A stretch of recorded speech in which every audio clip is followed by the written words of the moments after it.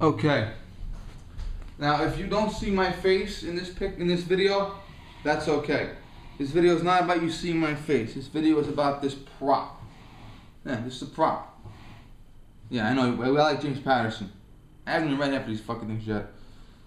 Okay. We're gonna talk about the stupidest mistake you can make in the aftermath of a deadly encounter. I made a video last year where I talk about things to do.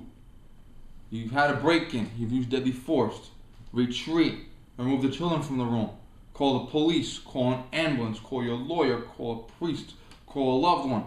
I talk about all the things to do. Well, today I'm going to talk about the absolute worst, stupidest thing that you can do after a deadly encounter. And it will get you put in prison for 3 years. I don't know if you can see this, but 3 years. 3. Okay. My father will be 76 years old in July. Okay. Many years ago, a friend of his who was 21, so I'm going back at least 50 years. At least. A friend of his was 21 years old and he lived in a home with his mother. And a guy came in the window. Now, this friend had a handgun. Whipped out his handgun, shot the guy. As the guy was coming in the window, the guy fell down. Boom, he's dead. Okay? You're going to figure out what this is in a minute. The guy called the police. Now, back then, they didn't have 911. Back then, you had to dial the operator or dial a 7-digit number and get a dispatcher or some shit. And the kid said, "Yeah, I just shot me. What do I do?" You know what they said? Pull the body in the house. You shot the guy. It's more convincing to pull the body in the house. It is. Okay, now, we had a different mentality back then.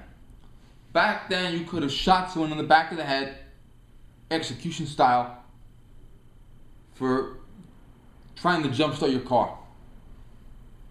John Dillinger was shot execution style. John Dillinger went for 1911. They shot him. He went down. After he was dead, they shot him again. Bonnie and Clyde were ambush gangbanger style. Okay? We have a different mentality today. Now, it doesn't matter what we think, it matters what the law thinks. And the law doesn't think you should be shooting guys in the back as they run away. The law doesn't think you should be moving bodies. And the law tends to put people in prison for doing things they don't like. So we're going to talk about the stupidest mistake you can make, moving a body or moving something about the crime scene. And a lot of guys say, guy broke in your house, you shot him. That's not convincing. Put a knife in his hand. Okay, he put a knife in his right hand. Guess what? He's left-handed. Now, when you commit an act of deadly force, you call 911 and you say, "I need help right away. I killed somebody. They broke in my house and I killed him." There is no such thing as a search warrant in this situation. There are 1,000 reasons why the police can search you, search your home, enter your home without a search warrant. 1,000. This is one of them. Someone broke into your house. You shot them. 2 things. Number 1, if the guy is still alive, he needs medical attention. That's the law. Number 2, they're afraid there might be some other guys out there that might come in.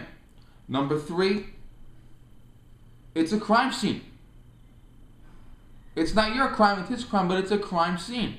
And the number 1 rule about a crime scene is evidence disappears in 1 second.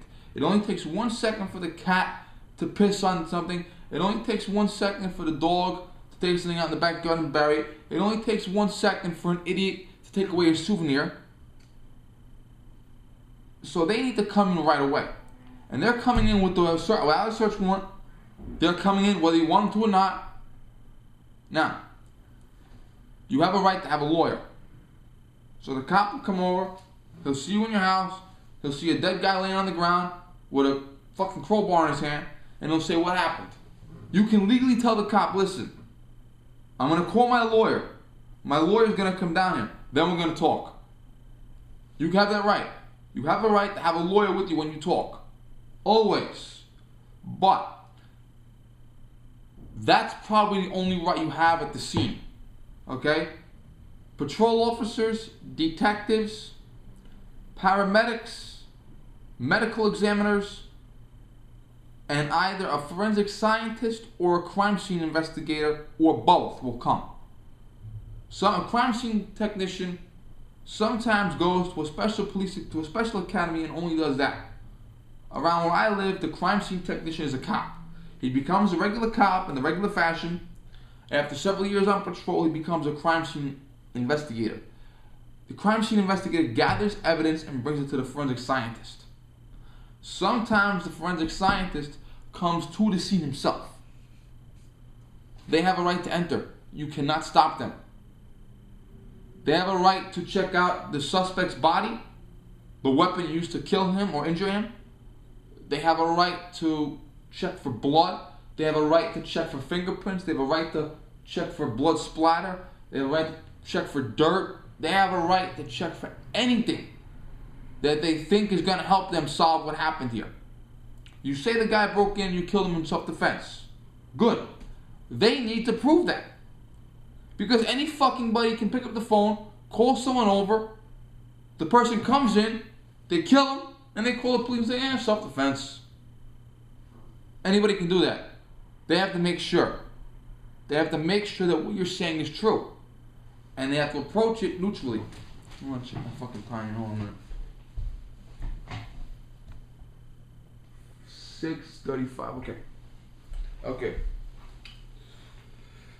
Now, there are a lot of people that move bodies, they wash blood, they do this and that. Here's the deal, okay? Let's assume that the guy came in your window, okay? This is your... Now, we're going to pretend that this top of the book here is the ground. This is the ground. All of this is beneath the ground. Okay, this is visual representation. Okay, guy comes in your window. Boom! You shoot him. He falls down on the ground. Grass, flowers, dirt, mud, gook. Okay? This doesn't look good. I need to move the body inside. Okay, fine. Pick the body, move it inside. Here's the deal. Let me get another prop here. Hold on.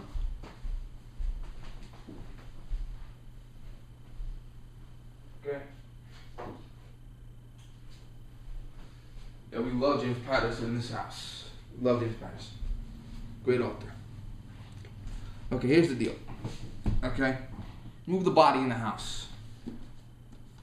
Because he was coming in the window, there's blood on the wall here, here, and here. You better get a garden hose and wash the blood, right? Okay, you can wash it all you want. You can use soap all you want. You can repaint all you want. Here's the deal. They will figure it out. Yes, they will figure it out. Okay?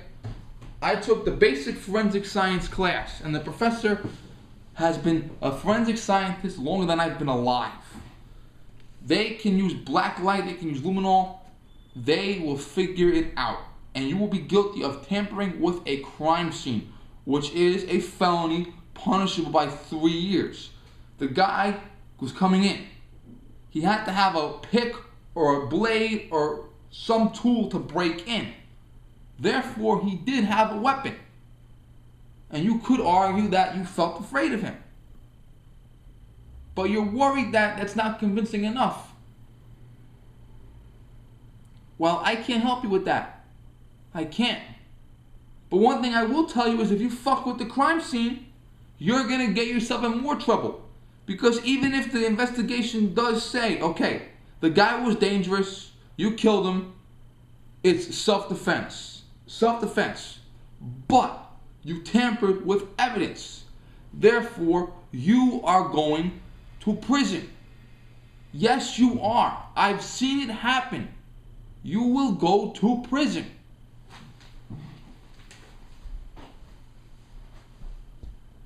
Nine minutes, okay. And you're like, well, you know, I could move the soil, I could shovel the soil out, I could move the... They will figure it out, okay? Now, I want to do something. I want you to look at the books. Look at the books now. Are you watching them? Look. I'm going to stop. I'm going to do part 2.